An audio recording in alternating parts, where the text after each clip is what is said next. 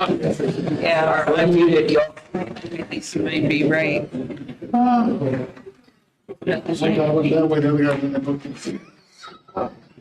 All right, let's call the meeting of April 25th, 2023 at 6 p.m. to order. I pledge allegiance to the flag of the United States of America and to the republic for which it stands, one nation, under God, indivisible, with liberty and justice for all. Will the clerk please take the roll? Councilmember Blair? Here. Councilmember Richardson? Present. Councilmember Kaufman? Here. Councilmember Smith? Here. Councilmember Hess? Councilmember Brooks? Here. Councilmember Kaminsky? Here. Mayor DePinto? Here. All right, moving on to item number 2. Can we get an agenda approval? Councilmember Hess? I move that we approve the agenda as written. Is there a second? Second by Councilmember Kaminsky. Any discussion? All those in favor say aye. Any opposed say nay. One nay. Councilmember Blair. Moving on. We got special presentations. We have a proclamation, Child Abuse Prevention Week, and we do have Shelley here from the Family Education Support Services, who I believe wants to say a few words after I read the proclamation. So starting off, City of Yelm proclamation, Child Abuse Prevention Week, April 23rd to 29th, 2023. Whereas the City of Yelm recognizes our future rests in the hands of our most vulnerable and cherished assets, our children. And whereas all children deserve to live in safe, stable, and nurturing environments which promote their healthy growth and development. And whereas child abuse, neglect, and other trauma are recognized as serious public health problems affecting both the current and future quality of life in our community. And whereas it is the responsibility of our community to ensure parents, caregivers, and other adults who influence the health and well-being of children have the support, knowledge, and concrete resources necessary to ensure all children thrive to their greatest potential. And whereas we, as City of Yelm residents, continue our commitment to protecting all members of our community and call upon all citizens to join together to increase public safety and prevent the future abuse and neglect of our children. Now, therefore, be it resolved that I, Mayor Joe DePinto, hereby proclaim April 23rd through 29th, 2023 as Child Abuse Prevention Week, and urge all Yelm citizens, communities, state agencies, faith groups, medical facilities, elected leaders, medical providers, educators, and businesses to increase their participation efforts to support families, thereby preventing child abuse and strengthening the community in which we live. Signed in the City of Yelm, Washington, this 25th day of April, 2023. Shelley, if you want, please take the podium. Thank you. Thank you, Mayor and council members. I just want to thank Yelm for taking action on behalf of the well-being of children. Unfortunately, it's been a tough couple of years on families, and our child abuse rates are way higher than they should be. The pinwheel is a national symbol of healthy childhood, and you'll see them planted in people's yards and businesses and across the state capitol lawn. And we hope you'll help get the pinwheel word out there and help families reduce child abuse and neglect. Thank you. And we also have a signed proclamation for you to take back to the organization. Thank you. Thank you, ma'am. Thank you. Take care. Have a good night. Thank you. Thank you. Alrighty, moving on. We have public comment. We'll start off with, if anyone else wants to turn in a card, please do so now. We'll start off with Megan Barker. Hi, my name is Megan Barker. I'm a Yelm resident. I have been asked by my sister-in-law to try to raise awareness of my missing family member. He was last seen in McKenna with a flat tire, and after that, nobody's seen or heard from him. Since then, he is a part of our homeless community, and he's originally from Tacoma, but he's worked his way out here. And so we've gotten word that maybe something might not so great has happened to him, and so we're just kind of concerned, not just about him, but the rest of our homeless. He was last seen driving a Mercedes-Benz 4-door class 550 white. And so I'm just here to ask if we can spread the word for safety amongst our homeless, because I ran into Larry here today when we were out looking, and he suggested that talking to you guys, because you guys had just worked with the homeless and helping out with more of their safety, so I would just greatly appreciate it. And if there's anywhere where you guys know that would be a good place to post flyers, because I don't know where the homeless are in this area. I'll take one of those. If you want, I can take those and then. Oh, Yes, I one can for share me, those. please. I can make copies and share them with the council members. What year Mercedes was it? I think it's on there. I think it was like a 220. Oh, it might be. It's a newer one. It's like About how long ago that was? February 16th was when his phone was out here in McKenna, and his friend said he had it flat, and he was supposed to be coming in to get her, and he never showed up. So we don't know if somebody stopped and something foul happened to him or what. And the Mercedes hasn't been seen either. So, thank you. Thank you, Megan. Yes, sir. Captain Jim from Post 164, and we can hear Yelm. We deal a lot what you were talking about, people disappearing. So I'd like later on perhaps to get a handout. David, is it back? Please, sir.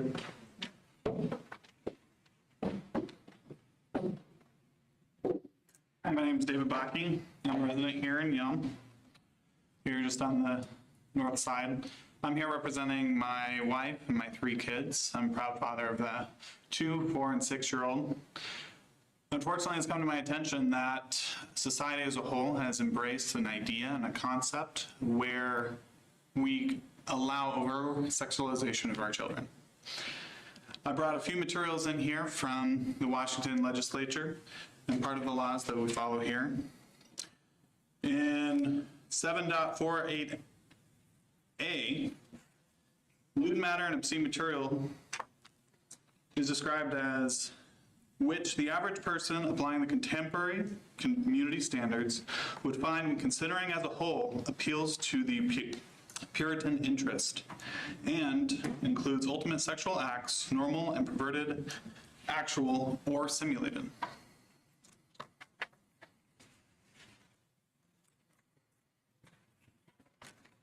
I use this definition when looking at another law under 49.17.47, under which is the entertainers, adult entertainment establishments, which covers adult entertainment as touches, caresses, or fondles the breasts, buttocks, anus, genitals, or pubic regions of another person, or permits the touching, caressing, or fondling of the entertainer's own breasts, buttocks, anus, genitals, or public regions by another person with the intent to sexually arouse or excite another person. I say this because that is often what we see at our drag shows across the country. And it's come to my attention that in the most recent Pride event that's coming up, there is a drag show planned in one of our most sacred areas for our children, which is the Yelm Community Central Park. What I find interesting is in the Yelm Code, adult business entertainment is limited to be away 660 feet from any of these items. That is all public facilities, including public and private schools, parks, libraries, etc. Ignoring these, we still have property used for state certified daycare, property used for community teen centers, for churches, cemeteries, and other religious facilities and institutes, and for residential and lodging areas. Just doing a quick search, I found the City Hall, Police Station, Yelm Prairie History Museum, Skate Park, the Yelm Boys and Girls Club, then the Freedom Day Sales Toy Store, 6 churches, and the Toddler Tech Academy, 13 in all, in 660 feet at the park. I'll close with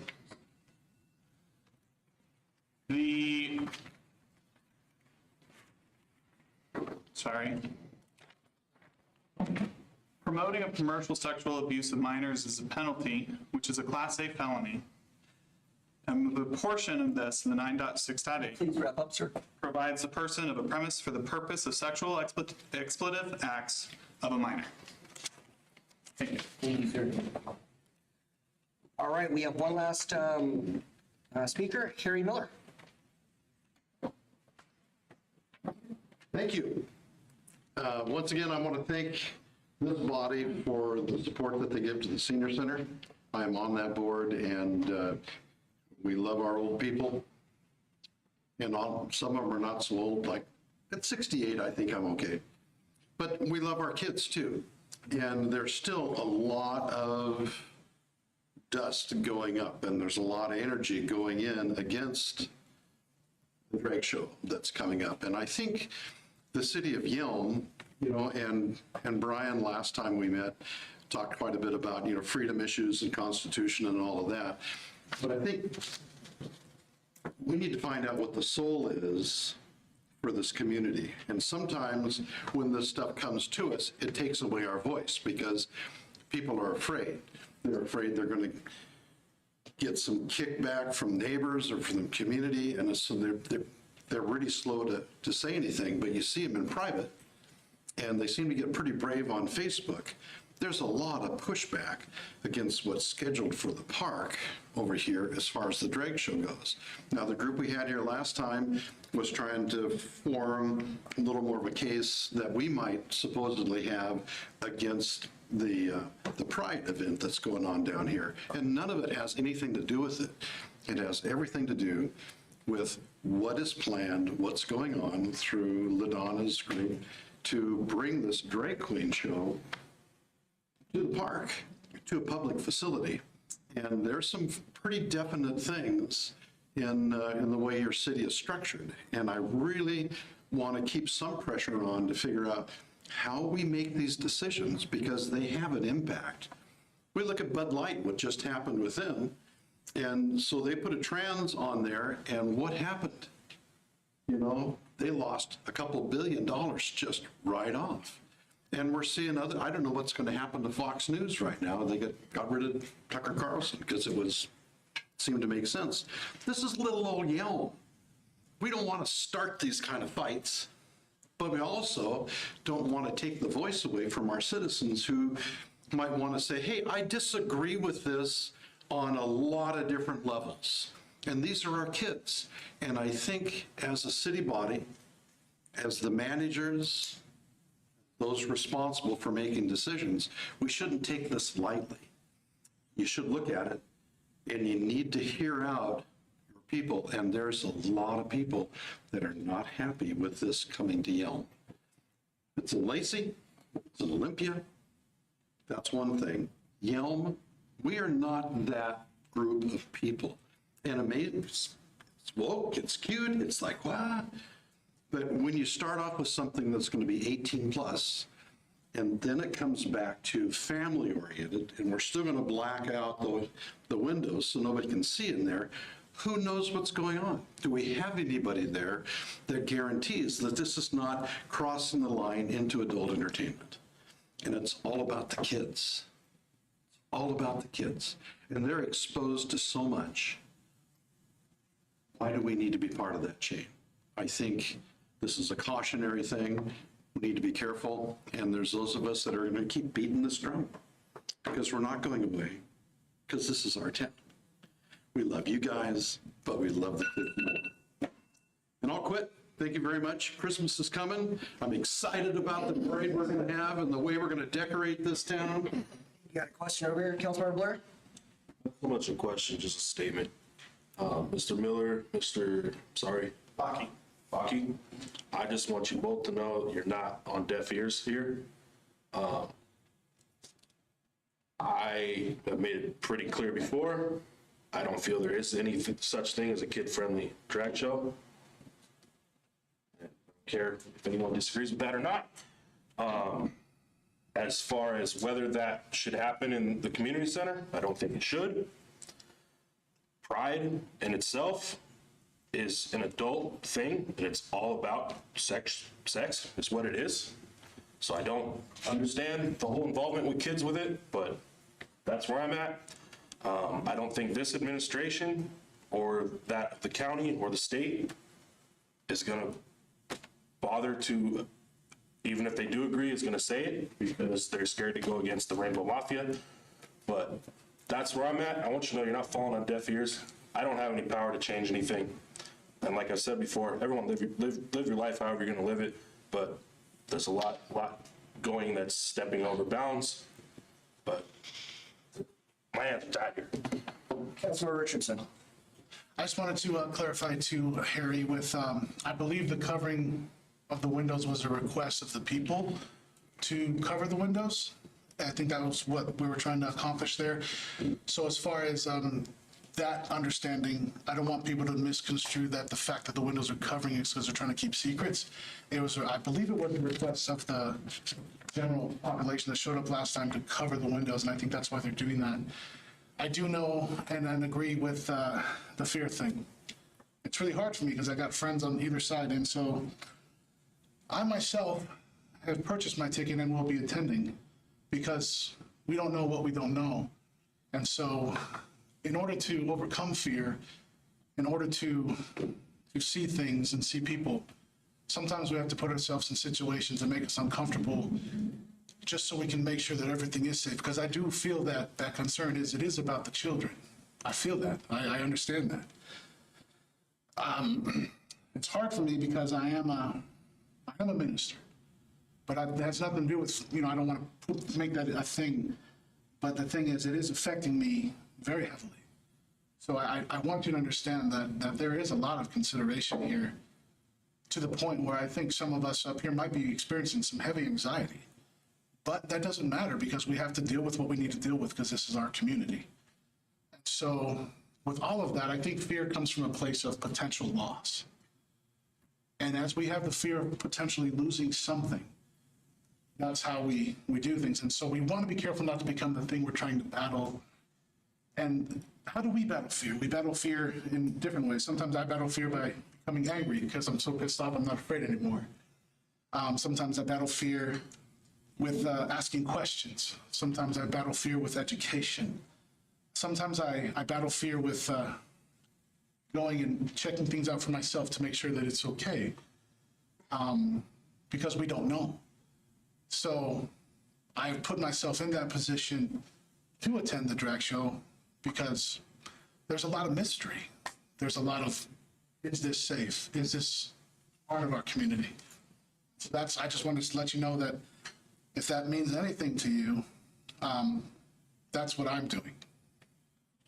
Well, that's appreciated. That really is. Because, I thought about buying a ticket too, and I already don't want to go. But I know how kids are affected, and they're affected in ways we don't understand. I've got one of the local gals here just sent me a note, and she said, my girls are not allowed to ask Santa for anything anymore. She's due in November. And they were asking Santa for another sibling. And I got another one here who's very involved in this community. And she sent me this beautiful thing of her little boy. He's less than 2, and he is folding clothes and doing things, and he's singing Christmas songs. Yeah, And she goes, I'm sorry. yeah, and it's like, and he's been doing this ever since Christmas, and he says he misses Santa. Well, I love this. I mean, this pours gas on my fire. But it's still, these kids are affected in ways we don't know. We think Christmas is over, except for me, but how are they affected? And I think when it comes to their lives, we need to go slow and we need to put thought into this thing. And we don't have to fight at every turn, but we need to be aware of who we are and what the stakes are. Councilmember Hess, you had a question? Comment? Yes. To address the show, to address both speakers that have come forward. One, when LaDonna was here, she talked about it. She said it was G-rated. And so we kind of have to take her at face value at that. She also commented about how there were parents who asked her to allow them to bring their children. These are parents who are having a discussion with their children about it. In reference to trying to hide that the LGBT community is an adult thing because it's sexual and everything, that's not true fully. There are youth that are questioning because they cannot talk about it. They cannot be heard. They begin to question, they get anxiety, and pretty soon they start hurting themselves. And at some point, they put themselves into dangerous situations or they kill themselves because there is nobody who wants to talk to them about it. because we have a element of the community that says we can't talk about it. Because the moment we start talking about it, we're supposedly grooming them and preparing them to enter that realm. In addition, if we're going to fear this drag queen show and the pride thing because it is a grooming and that community is full of pedophiles, which is what I heard last time from speakers, and I've thought long and hard on this, then we need to consider removing the Catholic Church from the city of Yelm, who has a history of paying millions of dollars out due to the pedophile that has occurred with the priests. We need to get rid of the Boy Scouts from the community because they are now going through legal challenges due to pedophile.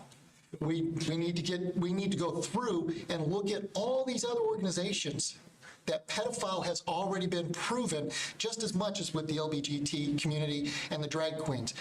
Are we prepared? As I said before, whose morality are we going to stand behind and codify? Because the moment we do that, be prepared, everybody be prepared for what that morality is. Each person has their own morality, has their own values. Hopefully, we as a community... Councilmember Hess. What was it? Can you, final thoughts, please? We as a community need to make sure that we're talking to our children and that we're communicating with our children and passing our values on from that we believe in within our family and helping them get through the agony of adolescence.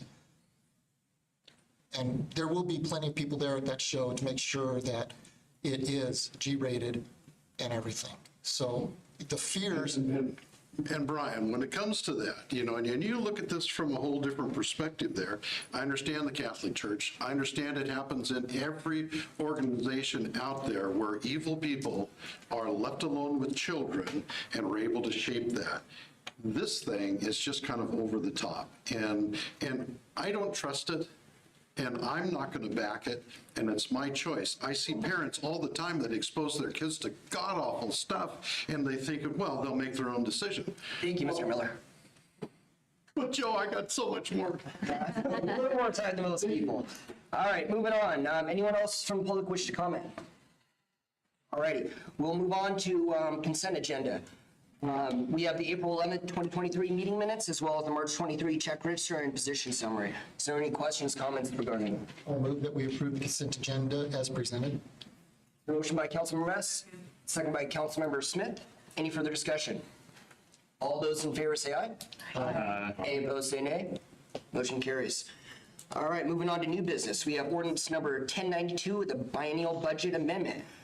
I believe this is Stephanie, and are you looking for a PowerPoint presentation? Perfect. Take it away, Stephanie.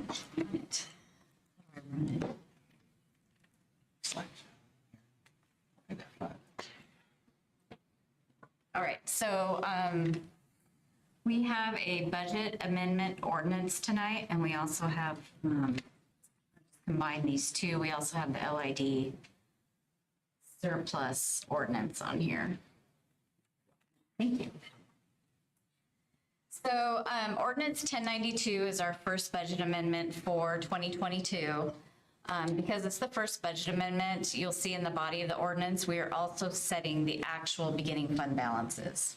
So as we wrap up the year end and do our budgeting, we are estimating what the prior year ending fund balance will be, and that rolls over to the beginning fund balance for the next year.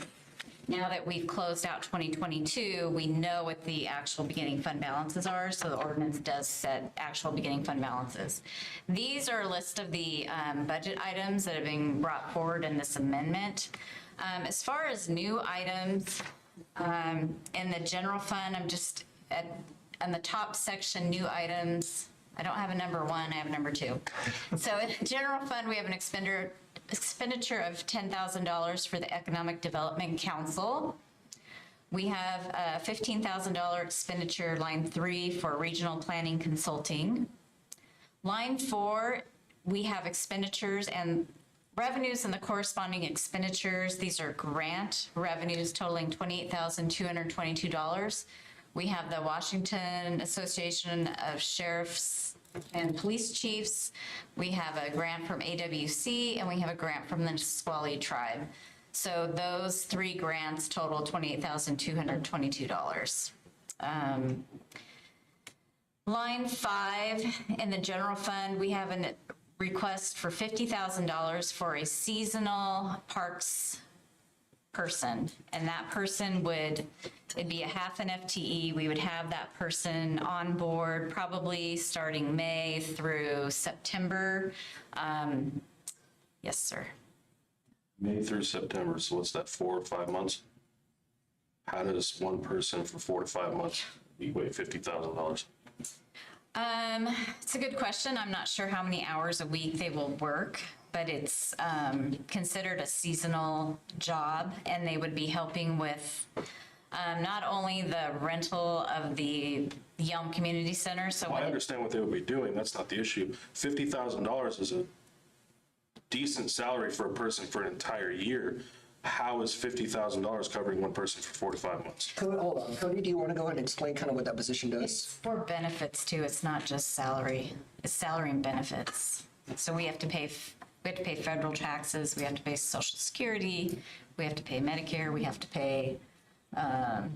put into PERS for our seasonals. So it quite possibly is not going to use all the 50,000. That's a place marker. We can come back with. I would consider a part-time position rather than full-time. There's no reason we should be paying for benefits for someone as a part-time seasonal position. We're not paying medical, we're not paying dental, but we still have to pay federal taxes on part-time people. We also, Oh, yeah, I believe, that's- have to pay into PERS. And Washington paid family medical leave, and there's one other one. I understand all that, it's just that on the top of my head, for 4 to 5 months at 50 grand, it's not adding up. Okay. We can get a breakdown too, if you want, of the cost and all that, and what goes into that $50,000. Would you like that, Councilmember Miller? I think that would be helpful information. Councilmember Hess? That's only because I was going to hold off until the end of the thing, but the question being asked. Line 4, could you, Ms. Dice, could you please repeat line 4? Because it sounded like you said something $100,000, and I'm only seeing 28,000 listed there. The total of those 3 grants is $28,222. Okay. I thought I heard something 100,000. I apologize. Oh, that's okay. Line 6 is a place marker. It's for future proposed property acquisition, $235,000. So this is a placeholder. I know that there has been some discussions on property purchase.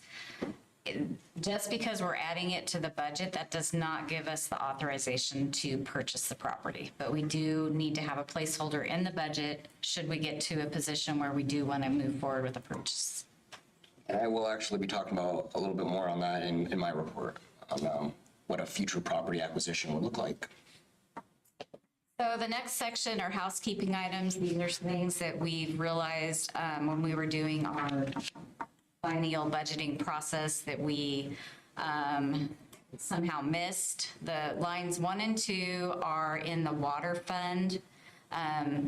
There's an additional $43,046 for debt service needed. So the water fund pays for their debt service. We pay the debt service out of the water revenue debt fund. So we're just transferring the money we need to cover the debt service from the water fund to the debt fund. Line 3 and 4, we budgeted to purchase a lawnmower for $17,060 for the Parks Department. We budgeted that in the general fund, but those types of purchases should be done through our equipment rental fund, because the equipment rental fund is the fund that will own the equipment, maintain the equipment, and build up reserves to replace that equipment when it's no longer working. So we need to just move that expenditure from the general fund to the equipment rental fund. And then 5 and 6, lines 5 and 6, we had this fund. It was called the deposit fund. It was Fund 119. It has $8,500 in it. It's been sitting, rolling over year after year. We don't need the fund. we can't even identify where that $8,500 came from. We're just going to close that fund into the general fund. And then the last section are project carryovers. So these are projects that we had budgeted in the prior year, but either were not able to finish by the end of 2022, or maybe they didn't even get started and we're going to start them or finish them this year. So line 1 and 2 is the Education Innovation Center project carryover of $174,930. Lines 3 and 4 are the Housing Action Plan carryover, $46,787, and these are all grant funded. Line 5 and 6 are the Habitat Preservation Planning carryover of $711,425. And again, those are all grant funded.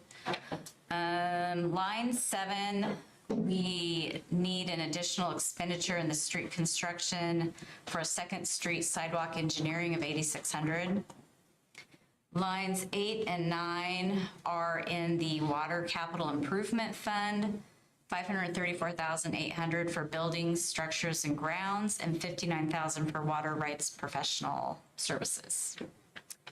And then line 10, 11, and 12 also correlates with the next ordinance, but as we've talked about the Killian Road LID fund, we got to year end and we still had some money in there. If you remember from our budgeting process, we estimated, I think it was about 800,000 would be coming back to the general fund. Well, that number has increased, and so I'm just trying to shore it up and make sure that we transfer everything out of the Killian Road LID back into the general fund. So, Why would there be more money in that than we anticipated? well, one thing is when we, like I said, when I started, when we are trying to close out the year, we're estimating our ending fund balance, and now we know what it actually was.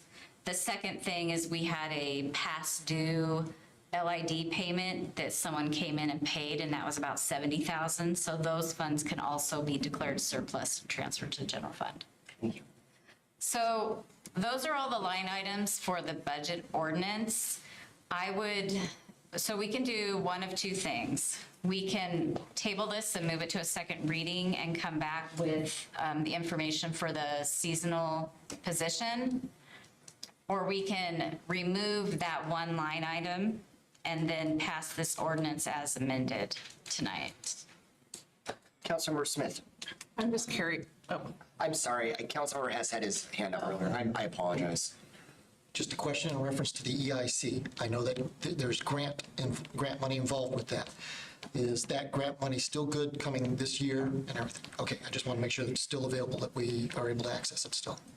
Yeah, so really the project's complete, the conceptual design's complete. We're actually going through the final process with the tribes to get the money from Commerce to refund all the money we spent. So yeah, that's just to bring in all the money we've already spent. Thank you. Councilmember Smith. How many years does $17,000 lawnmower last? So this is No idea. this is specifically for Longmire. It's for the fields. It's got a lawnmower person. It's I know for the, okay. John, it's got like tills on it. It's really wide, and the same thing when he came to me. He goes, "I need this lawnmower." I go, "Holy crud! Like I can get a lawnmower for $600." He goes, "No, it's not that. It's like a big machine that has tillers on it and can pull fields and do all this stuff for the baseball. Okay. It's specifically for the baseball fields and yeah. The last, go ahead. I was gonna say the last one we bought was the original one when Longmire Park opened. So this is the first time we have replaced this lawnmower since Longmire opened. Councilmember Crossman. Two things. Number one, since we're just a few months into the new year and you're asking, is this an ask for over $300,000? Is that, am I clear? What? For items 1 through 6, is that new request money? So line, Am I understanding that correctly? right, line 2 and 3 2, are 3, 4, new. 5, 6. No, well, let me explain. Line 2 and 3 are new asks. Okay. Line 4, that's grant money that we're receiving that we then need to budget to spend. So those are it's a zero impact to the general fund. Okay. Line 5 and 6 are new asks. Okay, yeah, about almost 300,000. We're just a few months in the new year when we just passed the budget. And then my second thing is that, I guess it's kind of a comment on that, it's kind of odd. And then number 2 is where's the money coming from? That funds these, General fund reserves. which is where we're at with that to compared to 300,000. Do we have 300,000 in there? Yes, we To do. pay for this? Do you have the packet? I don't have it. Do you have your packet pulled up? I'm just looking. It's, No, but there's other people here that don't have a packet to look at, so if it's just a quick answer and question, that's what I was hoping for. We're looking for it. We'll get the answer. In the meantime, we'll go to Councilmember Hess, then Blair. Just, and it's just to help with the clarification. When you have this, and you said that it's giving us our starting point for the fund for this year. Is that the $15,207,026? Is that how much we're starting off with? Or is it the $12,078,632? Which one are we starting off with at the beginning of the year? Because you didn't include that on the item summary. You didn't tell us what the beginning balance was, and that's all I want to get clarification for. so, where's I'm looking at fiscal year 2024, the last page. trying to get to the Budget, I thought you were looking at your budget. Okay.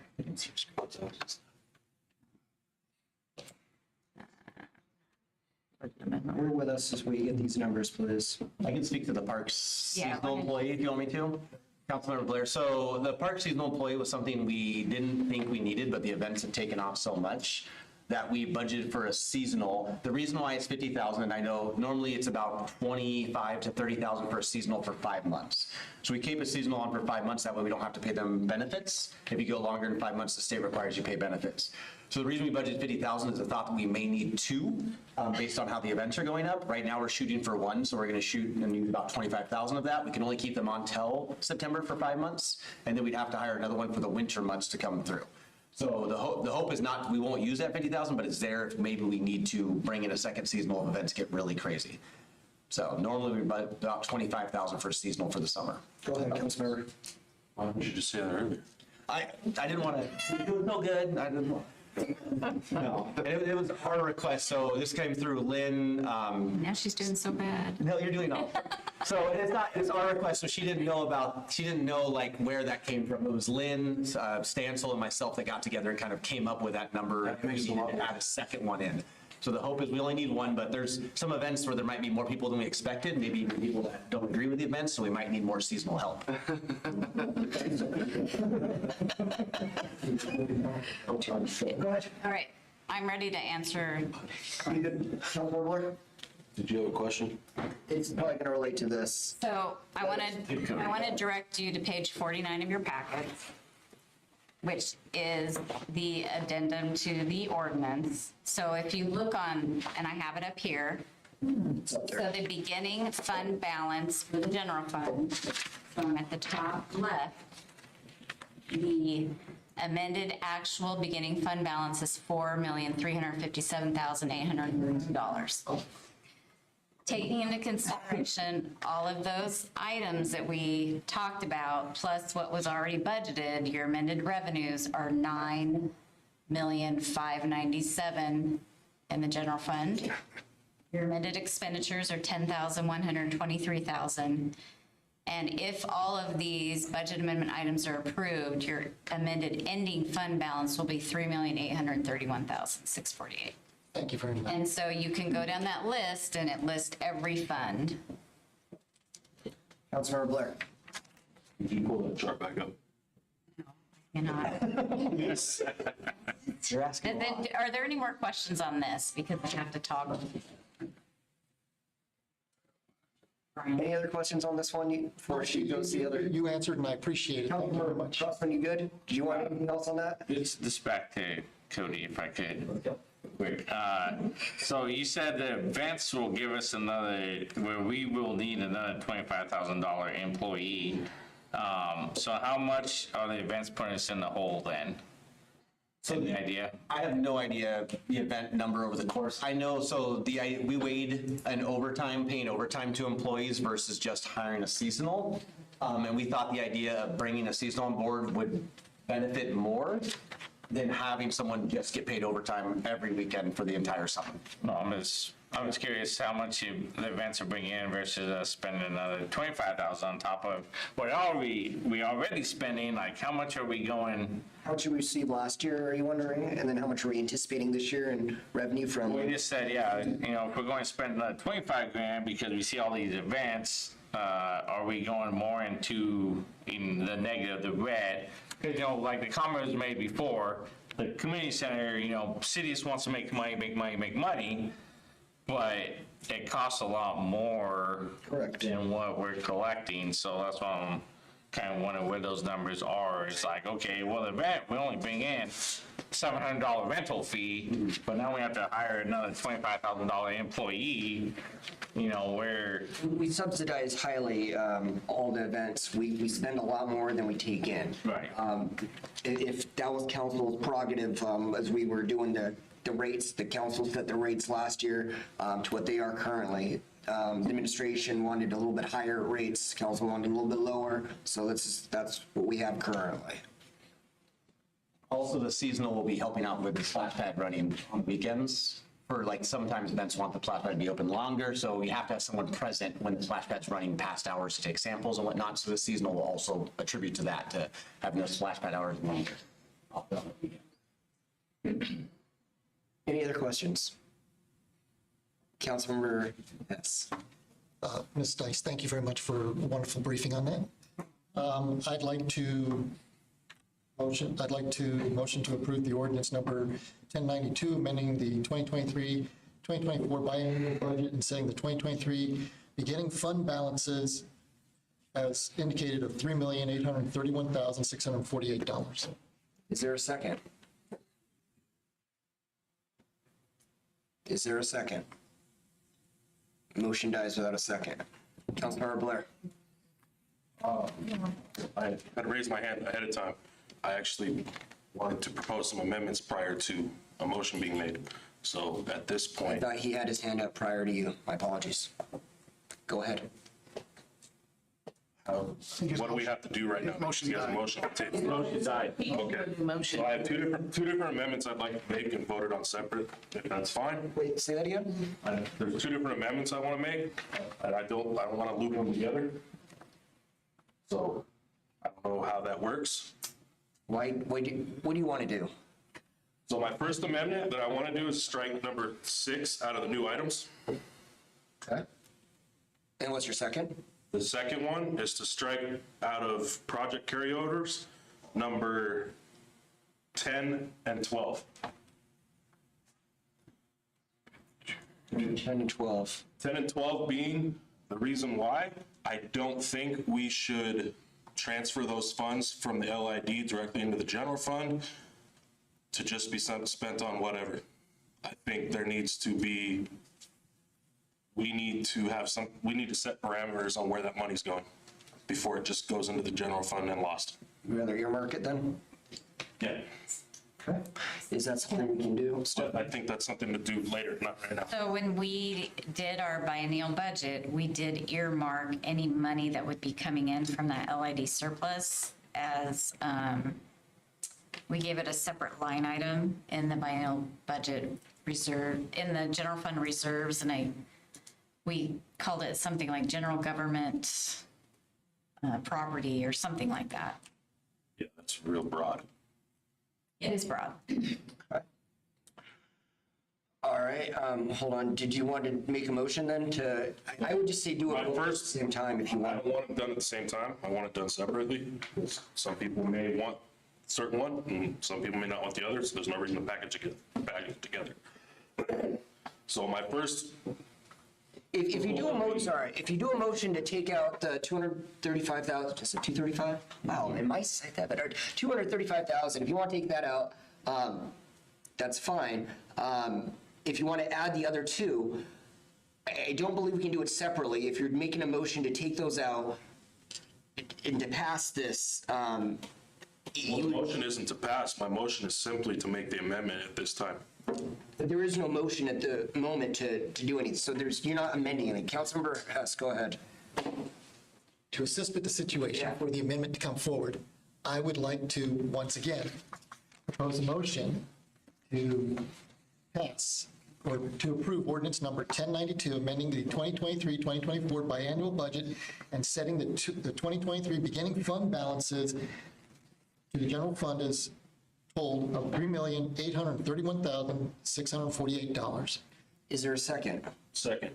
Second by Councilmember Blair. At this point, you can create one amendment, we can pass that or deny it. We could create another amendment after that, pass or deny it, and then go to the actual motion that was original by Councilmember Hess. Councilmember Deputy, go ahead.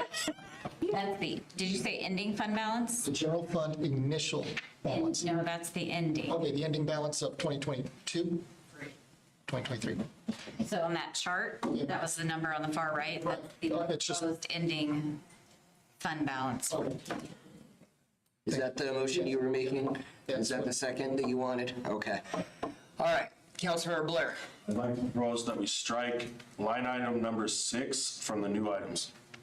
Is there a second? I'll second that. Is there any discussion? Councilmember Hess. It's only because you stated during the briefing that you were going to discuss this during your report. I think it's important to understand what is that being asked for, why is it being asked? Did you want to say something prior to me?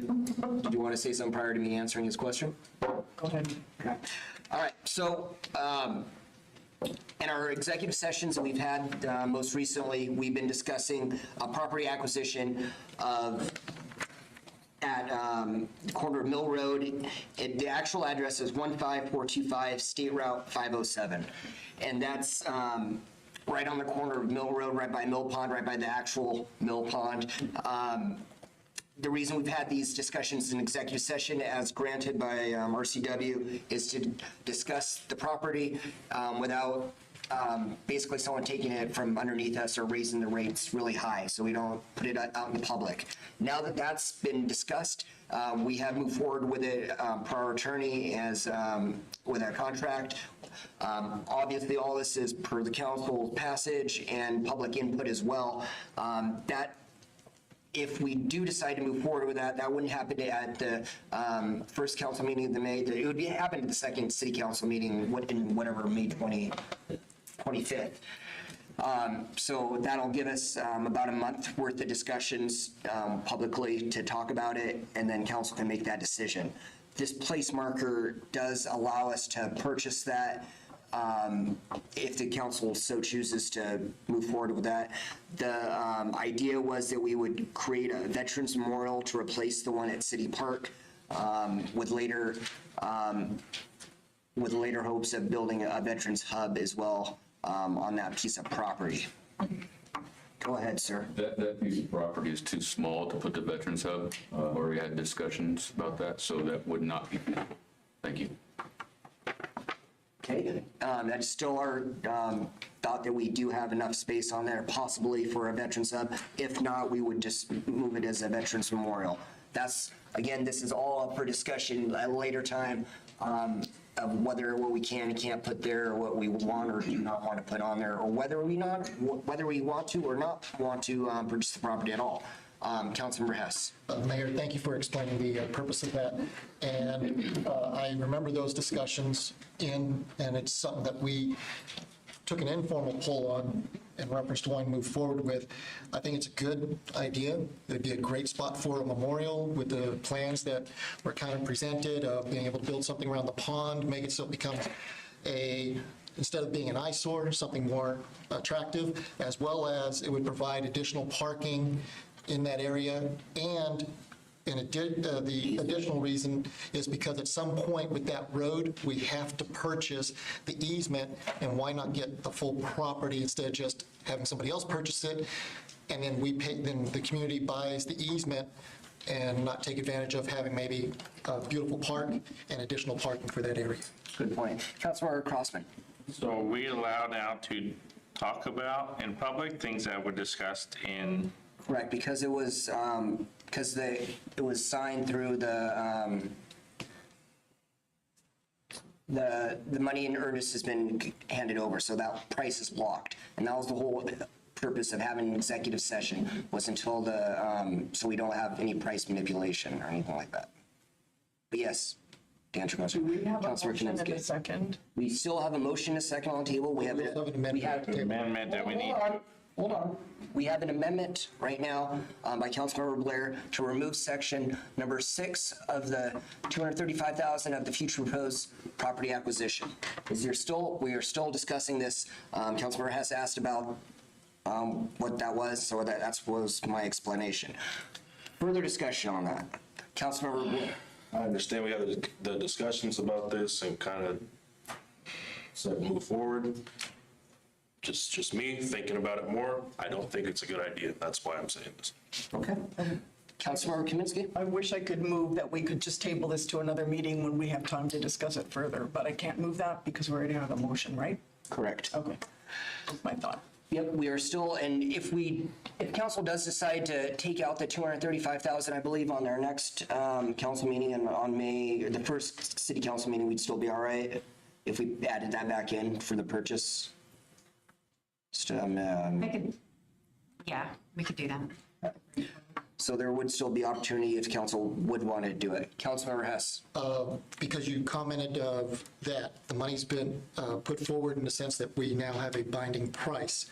When's the deadline of when all of a sudden that is no longer a binding price? It's 60 days. 45 days? We sent the initial offer, which I believe will land sometime in the middle of May. Means by the first council meeting of May, we have to decide yes or no on this. No, June, I believe, is probably the deadline. That's true. Yeah, we can have a definite answer, though, for...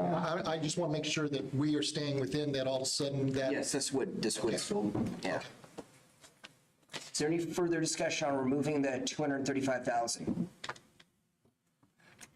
I want to make sure I understand this.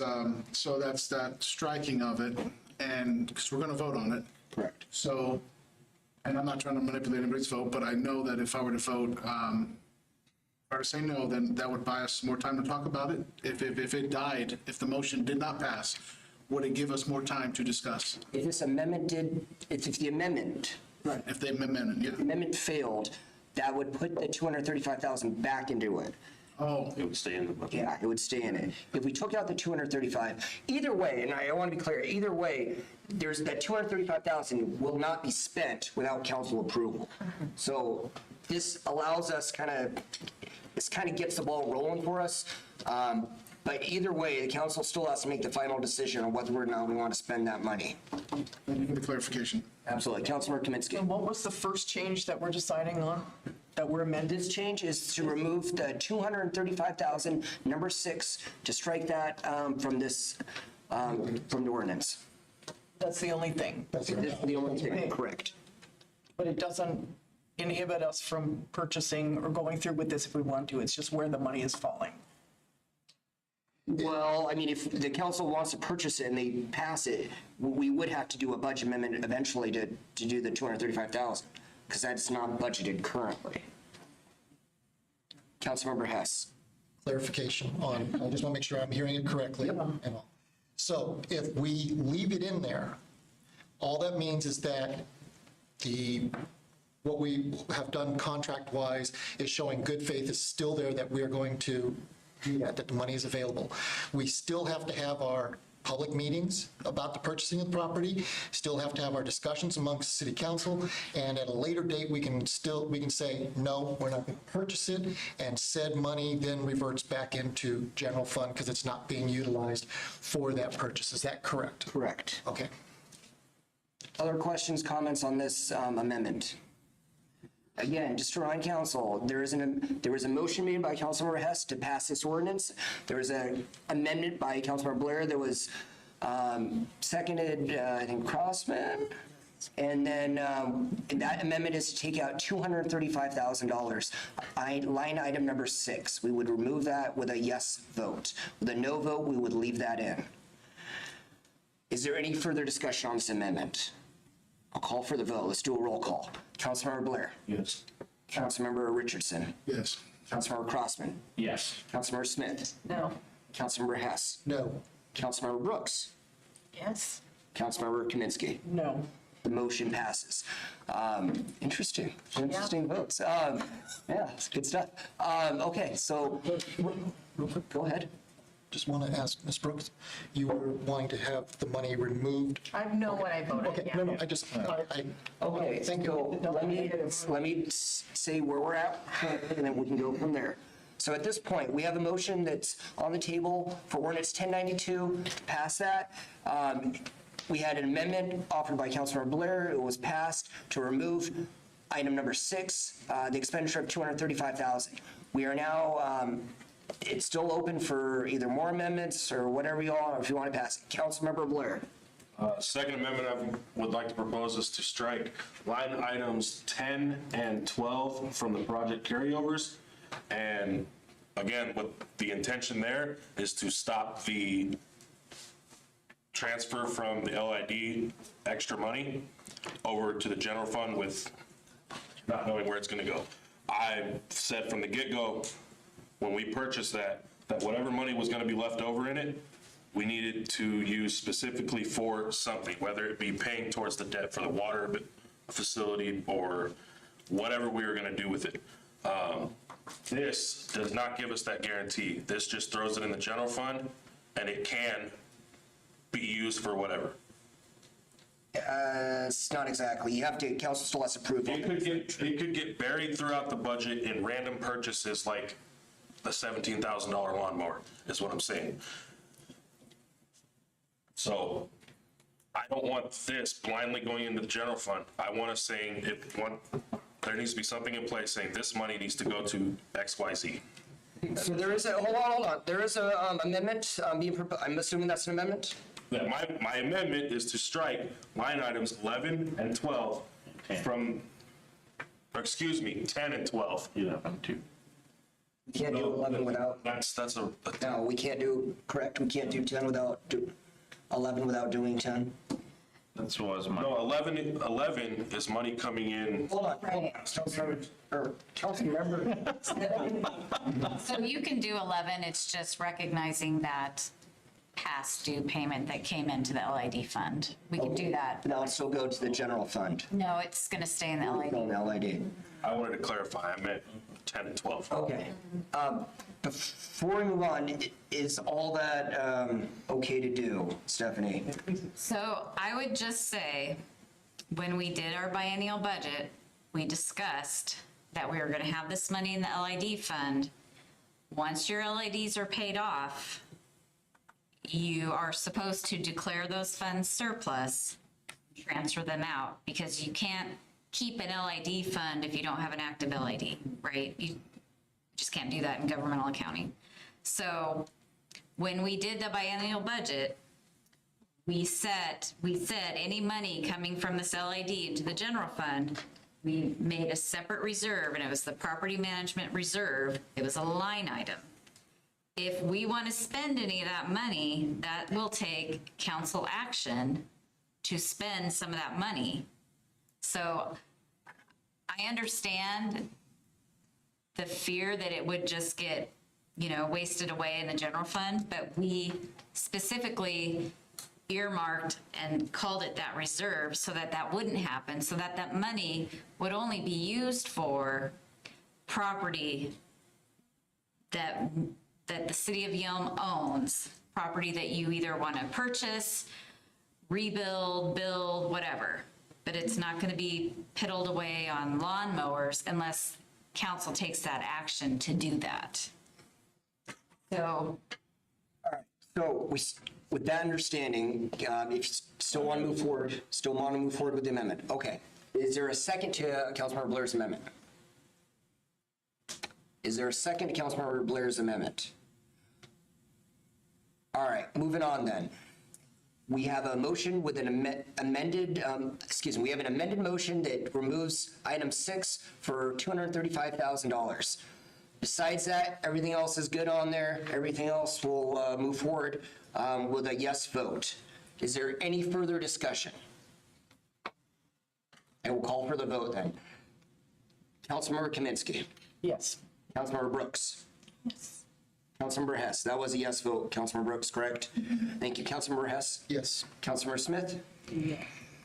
That was a yes vote. Please speak up. I'm trying to, I thought we voted before, I'm so. This is For my motion. This is for the original motion. Wait. Again, Amended. Right, but it's, Okay. hold on. This is for the original motion, and just for clarity, if we want to retake the vote, because there's not clarity on this, I'm going to go ahead and start again. But I just want to make sure everyone is clear before we vote on this. We are voting on ordinance 1092 with the exception of item 6 taken out. So all of 1092, all that stuff is up there, you're voting for with a yes vote. A no vote denies all the stuff on there. It has been amended by Councilmember Blair to put on, to take out count number 6. Again, is everyone clear on what we're voting on? All right. Please state your vote loud and proud. Councilmember Kaminsky. Yes. Councilmember Brooks. Yes. Councilmember Hess. yes. Councilmember Smith. Yes. Councilmember Crossman. Yes. Councilmember Richardson. Yes. Councilmember Blair. No. All right. Thank you, council. We'll have further discussions on the property acquisition as we move on. We will probably add this back into the agenda to discuss further as we go. But all right, thank you, council, for that good motion and all the stuff. All right, moving on. Item B, under 6, ordinance number 1093, declaring LID fund surplus. So, Here we go. so legally, when you have an LID and you've paid off all the debt service for the LID, you have to declare by ordinance, any money left in that LID fund is surplus. Keyword being surplus. And so this ordinance basically just says, we have this LID, the LID is paid off, there are no more debt obligations to this LID. All the funds that are remaining in the LID are now surplus. That's what it's saying. In a nutshell. Questions? Motions. Councilmember Hess. I move that we approve ordinance number 1093 declaring remaining funds in the Killian Road LID Fund 202 as surplus and transfer the balance to the general fund. Second. Second by Councilmember Crossman. Any discussion? All right, we'll call for the vote. All those in favor say aye. Aye. Any opposed say nay. Nay. Motion carries. All right, moving on to new business 6. You got. All right, moving on to 6C, professional service agreement with SCJ Alliance for a trail design. Cody, I believe this is you. This is me. So before council is the PSA for trail design. This is a long time coming. This is for 1.5 miles of trail from where it currently ends off of Roten NP Road. The trail ends, it comes to a dead end right by the railroad tracks. This would take the trail from there all the way to the bridge, the trestle. If you've been out there, jumped off it like I did as a kid. Don't do that now. So this will also put a viewing point at the bridge, so people could stand out and look, and there'd be, I don't know if we have binoculars that's gonna be there or what, but there'll be a way to look over and see the river and kind of see the viewpoint. This is taking it up to the bridge. We do have grant funding next year to redevelop the bridge and take it all the way into Pierce County, but this section is just up to the bridge, so I wanna be clear about that. This will remove the rails, design the trail, put that viewpoint there, and have the integration of the trail line up with the rail eventually. This is grant funded, so the RCO gave us a grant for this in 2021. Grant Beck was the one who secured the grant for us, and I've been running it since his departure.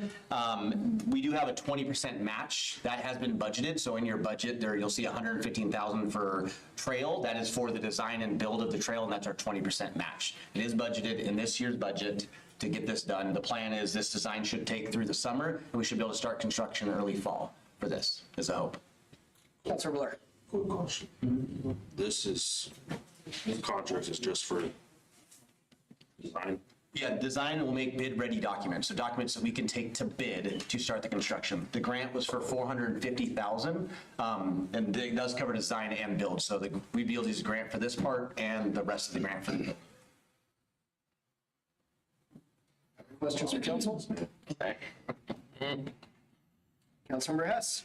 I'd like to move to authorize Mayor Pinto to sign a professional service agreement with SCJ Alliance in the not-to-exceed amount of $69,157.91.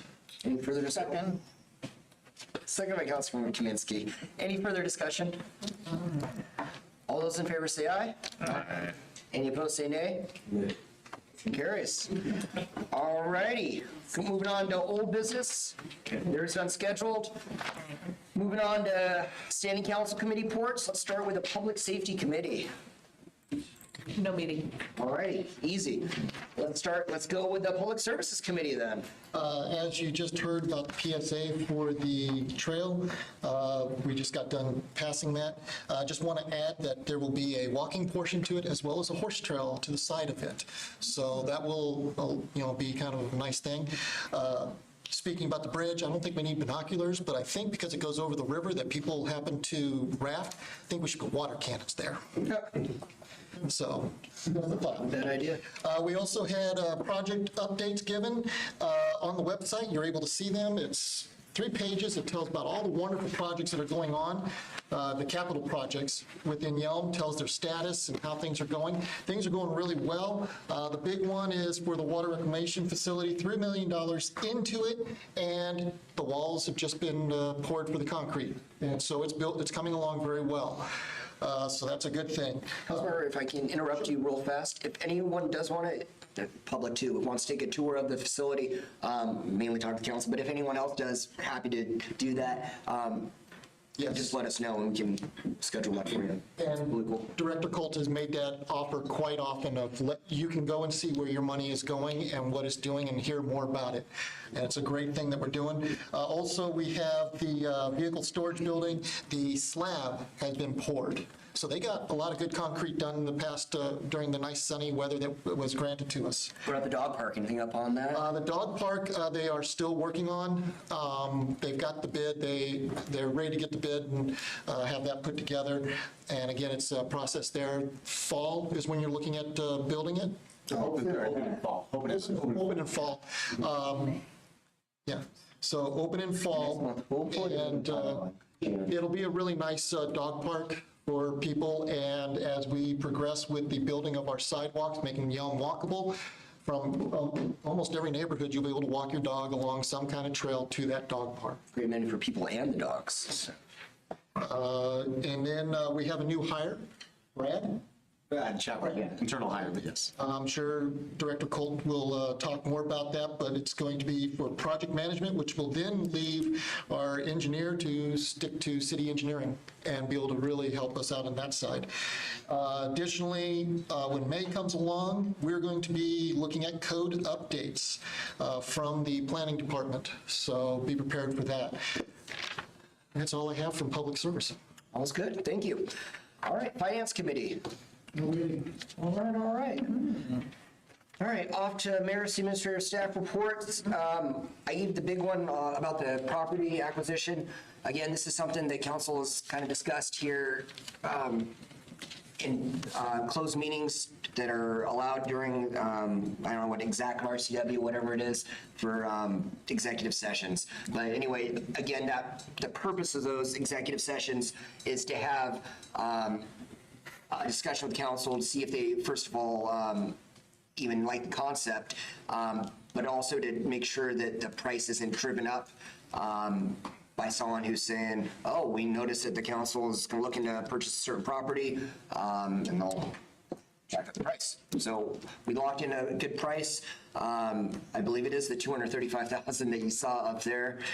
And we'll have a lot more discussions from the public. I hope that the public will come in and chat about it. Maybe at our next, maybe at our study session, we have a good packed study, or not a pack, but we have a good agenda coming up for this upcoming study session, including a discussion on fireworks, whether or not the city wants to do anything with our current codes, which is very in line with the state, but not in the county. And so if we want to shorten the days, we can have that discussion, discuss the recent advisory vote that we had. And other than that, we just had a legislative session end on Sunday. City of Yelm did pretty well. We were able to secure, so back in our January to December, so the governor, in his proposed budget, transportation budget, took out the Yelm Loop, which is our big project we've been working on for decades and decades, and he moved it out to about 2032. And so that would, yeah, I've talked about this during council. No. It's You met again. no, well, but anyway, so the Senate, in their proposal, did not have it. They mirrored the, for that portion, they mirrored the governor's, and the House, led by Andrew Barkis, Representative Andrew Barkis, our district, was fighting for it, and we were able to secure it. And so he did a great job for us. He did a huge benefit for the city of Yelm, this community, not just us, but also regionally. Not only did he secure that funding, construction will begin next year if everything moves smoothly. If WASDOT, we don't control WASDOT, but if everything lines up, it should start spring of next year construction. So that'll be a huge milestone for the city. And we also he was also able to put in for the city of Yelm and some of our surroundings, some clarity on our roundabouts that are going to be put in. That was past the prior legislative session, but we were able to let WASDOT know, this is specifically what this money is for. So that was added in the transportation budget as well. So that spells out 3 different roundabouts: the McKenna roundabout, the Bald Hills roundabout, where that tees by Stewart's up that hill, and 5 Corners where the Arco is. Councilmember Hess. When you say that it's in the budget, last time it was that you briefed about it was that it was going to be given for the one at 5 Corners, that was going to be given to us so that then we would build it and all that. It's not, is it still like that, or is it still WashDOT is the one responsible for doing it? We are trying to do it where we have the authority and just to get it going. I'm not sure if that actually happened. Cody, do you happen to know? There's still discussion on that aspect of it. That's the hope, exactly what Mayor DePino said. Yeah, for clarification. Yeah, we would love to take it over those projects. If we had the money, we can get them done. Pat's probably watching. Like, oh, sorry, Pat. But other than that, we also received, I believe it was $435,000 for our solid portion of the water treatment plant, or water treatment plant, excuse me. Wastewater treatment plant, which was Yelm money, correct? Mm-hmm. And so now that we can spend that $435,000 for other projects here locally. So that was a huge savings for us. Other than that, there was some big legislative news here. Our legislator, J.T. Wilcox, stepped down as leader for the House Republicans. It's the minority leader. And I mean, that's a big impact for us. He's done a lot of good things for us over the years. And so he's still a legislator, but he's stepped down in his role as leader. So bring that Voluntarily? Voluntarily, yeah. Yep. No, nothing foul or anything. And so, yeah. Any questions on any of that? Cody, do you have any other updates? Yeah, just because it's going to get warm Friday and people are going to ask why isn't the splash pad open? The splash pad does open May 27th. That's a unit, we've done that date for the last 4 since it's open. So it'll be open May 27th. Our license with Department of Health doesn't allow us until open it until May. So we have to wait till May anyways. And there's some testing we do in the beginning of May as it warms up, because it'll again be probably 50 next week, maybe even snowing. So we don't want to open it and then have to close it immediately again. Councilor Crosby. But the Nisqually River is open for people to get wet in. 24/7. Hence the binoculars. Other questions, comments for Cody? Cody, is that it? Steph, do you have anything else? Go to Disneyland. Oh, I we're don't going to Disneyland. Not me. All right. Let's move on to councilmember reports. Councilmember Kaminsky. If we have any spare money, I noticed some property on Yelm Avenue that might be handy for some of our projects in the future. We want to look at that. And I only had Nisqually River Council. We talked about fish, forestry, and flooding. That's it. All right, thank you. Councilmember Brooks. Yeah, I only have a few things. On the 12th of this month, I attended the community conversations at Kinja. There were a lot of new faces in attendance, and I would like to announce that the next one is at the local on May 10th, still at noon.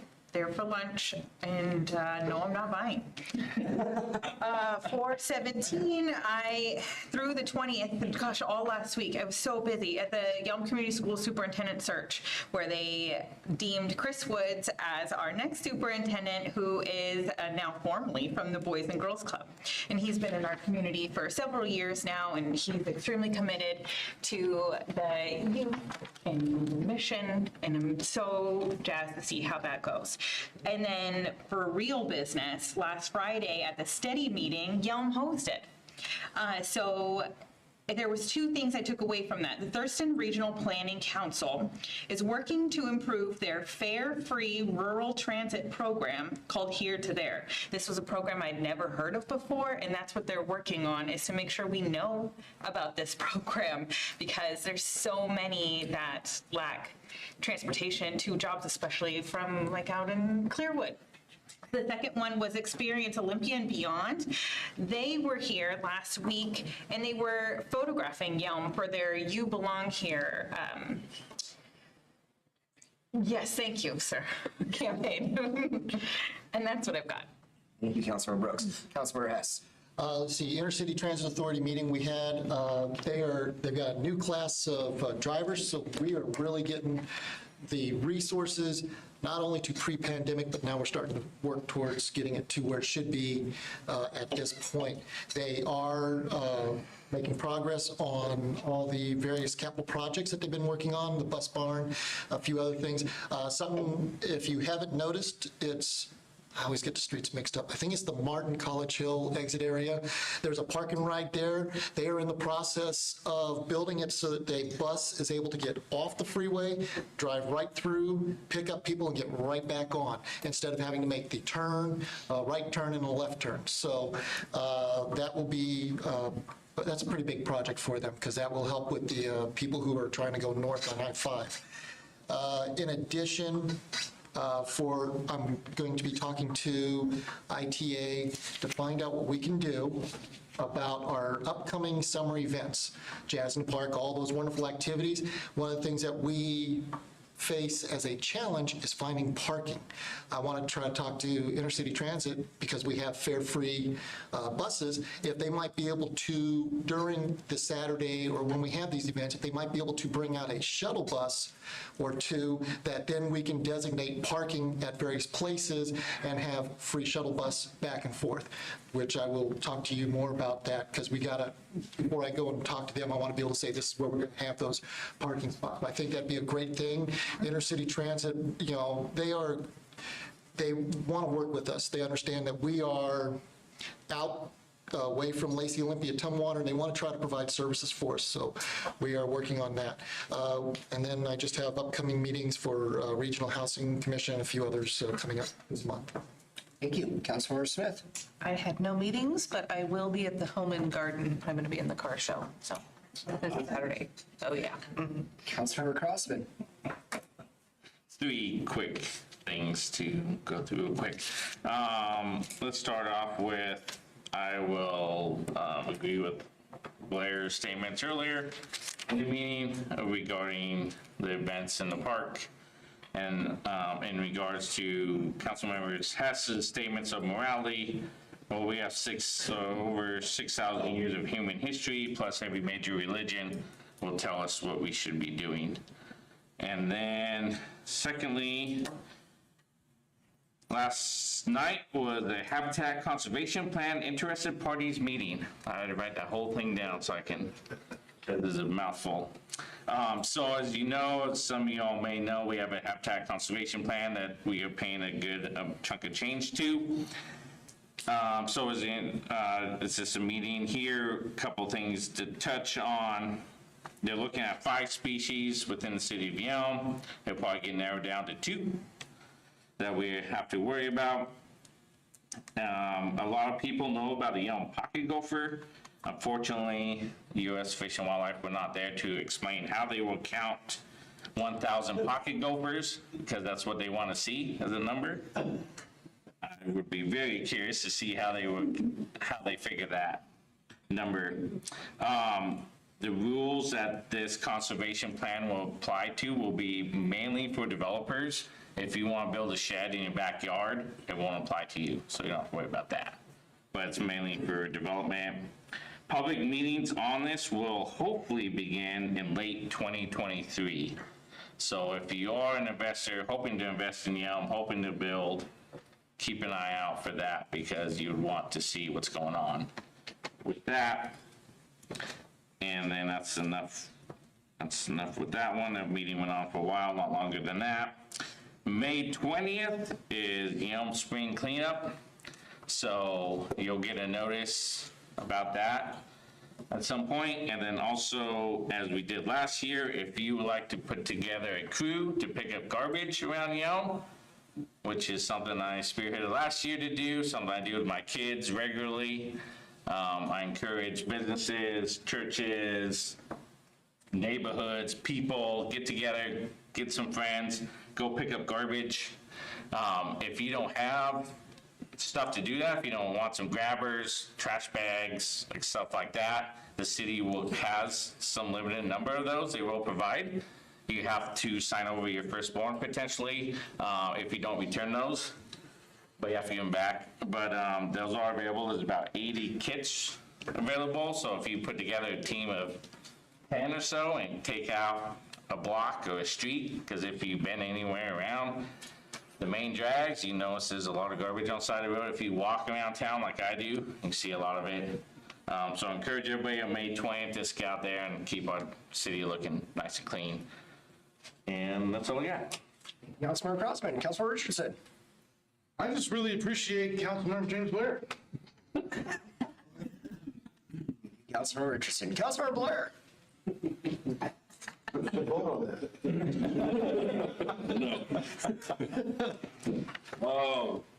I don't have anything as far as the meeting goes, but a lot of you know, some of you know, my wife and I are moving, and in about 2 to 3 weeks, we will no longer be in city limits. So, could I sit here for the next 2 to 3 weeks? Yeah. But I don't want to take the salary for next month. I don't think it's right. Personally, I hope you guys wait to fill it the maximum amount of time and figure it out, but this is gonna have to be my last meeting. Alrighty, thank you, Councilmember Blair. First of all, thank you. Stephanie. First of all, thank you for your service to this community, Councilmember. For the rest of the council, we will go ahead and discuss options for filling the vacated seat. Is there are you resigning it as of this meeting or at the end of this month? This is the last meeting of the month, so I guess April 30th. April 30th? Don't go into May. You don't need to pay me for May. Sounds good. Councilmember Hess. Just a quick addendum to my comments. For the month of May, study session in particular, because I think that's when the codes are going to be brought forward, I highly recommend to the community, please watch the video to learn what is going to be up for discussion during and action during the meetings in May. The codes are bringing us in line with what the RCWs have put out, and so it's a lot of, there's going to be a lot there, and we really could use the public input. Thank you. All right. Well, Councilmember Blair, is there any, do you want to, I was wondering if you wanted to do the adjournment if it's your last meeting, but if Councilmember Cross wants to get something else, please. I just want to thank Councilman Blair for his years of service through some hard times I know he had to face.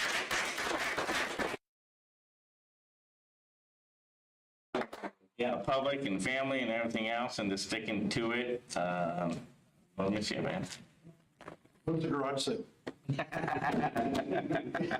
That's all I posted. Councilmember Kaminsky. Could work for 2 more weeks for free. They wouldn't let me say no to the salary this whole time. They're not gonna do it now. You want to make a final motion here? Second. Any discussion? All in favor, say aye. Aye.